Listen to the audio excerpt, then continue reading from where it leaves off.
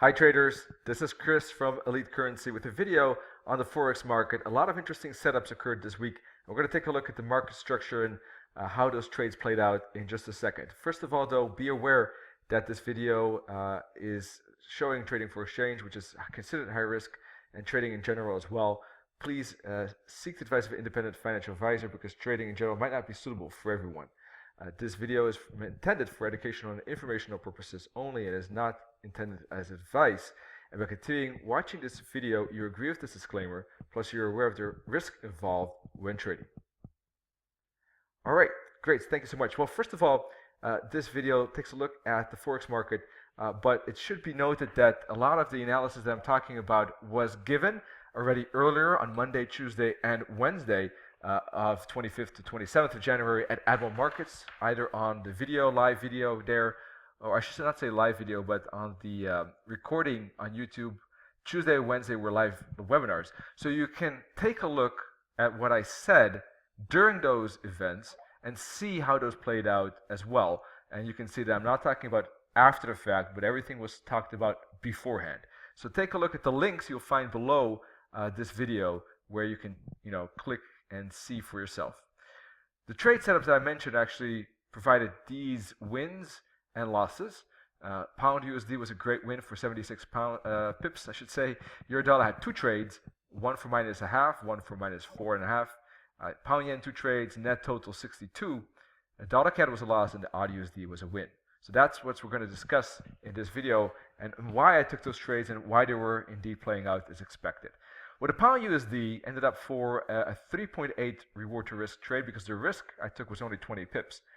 And basically, the element I was looking for was the impulse here, very strong impulse. And I think that's a very important part of trading is understanding where the flow of direction is. And when I saw that impulse, first of all, at the very beginning here, and the corrective bull flag there, I was already expecting, and that was something we discussed in the live webinar at Admiral Markets as well, a continuation, and I expected a bigger, actually, expansion of that, especially when we saw this kind of corrective pattern price in a falling wedge, indicated by the pink lines there, and price falling down and bouncing off the 61.8 fib.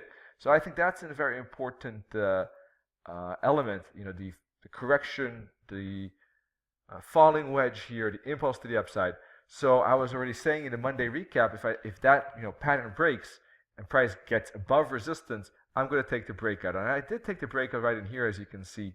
There was a bit of a 5-minute pause there, 5-minute pullback and continue pattern, and I took the continuation, put the stop loss below the 5-minute bottom, which is a bit risky, by the way.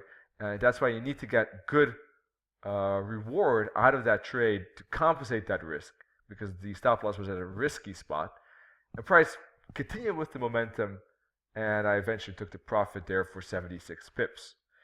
So if you're interested in trading with Admiral Markets, by the way, take a look at this link, and you'll get our moving average course for free, and you can also gain credit as you trade. So a lot of good reasons to trade with Admiral Markets in general. They won the UK MT4 Broker Award, Best Broker in 2015. And a lot of good customer service and great IT developments there with Admiral Markets. So if you want to join, you can do so through us and get some extra advantages as well. All right, looking at the euro dollar, I was talking about a bounce potential at support. I said when price was up in here, this is not a good spot because the target is too close and the risk is too far. But if we get a pullback to support, that could be a good bouncing spot for the move to the upside. That indeed happened. Price went down to the 61.8 fib, bounced at that fib, and started to rise again. I took the trade, but unfortunately didn't have the patience perhaps I needed to hang in there because the upside was a bit slow. Wasn't as fast as I was hoping for. And sometimes it happens. And sometimes you just run out of patience.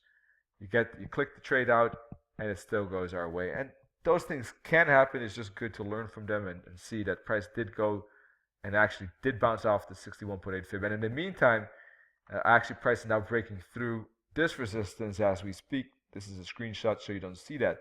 But the euro dollar did push up already actually in intraday trading on this Wednesday up to 109.10, which means price has already reached this target actually as we speak.